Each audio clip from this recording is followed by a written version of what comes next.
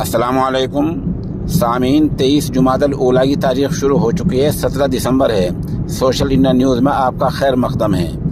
खबर का उन्वान है, हरियाणा के तालिब इल्म ने मुसाबक़े में पहली पोजीशन हासिल की और उम्रे की सआदत हासिल कर ली।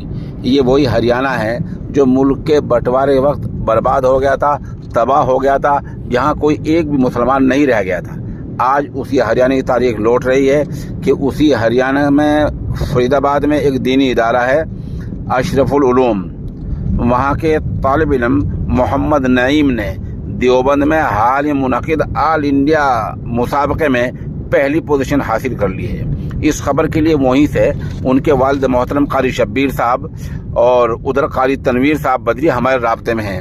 वो बता रहे हैं कि जो मुसाबका हुआ है वहाँ अव्वल पोजीशन हासिल की है और इस बच्चे को माशाल्लाह उम्रे की सआदत हासिल हो गई है।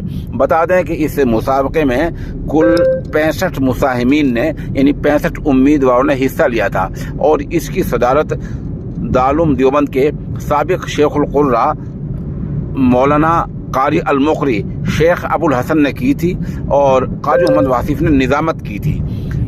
जैसी तालिब इल्म की अव्वल पोजीशन आई तो पूरे हरियाणा में उसका इस्तकबाल किया गया। हम एक तस्वीर और एक वीडियो मौके पेश कर रहे हैं, किस तरह लोग उसको कार में बिठाकर ले जा रहे हैं और किस तरह हरियाणा में जोशो खरोश है। फिलहाल हमारे पास इस खबर में इतनी ही मालूमात हैं। मज़ीद मालूमात होंगी तो हम अगले 48 घंटे में इंशाल्लाह दूसरा बुलेटिन जारी करेंगे।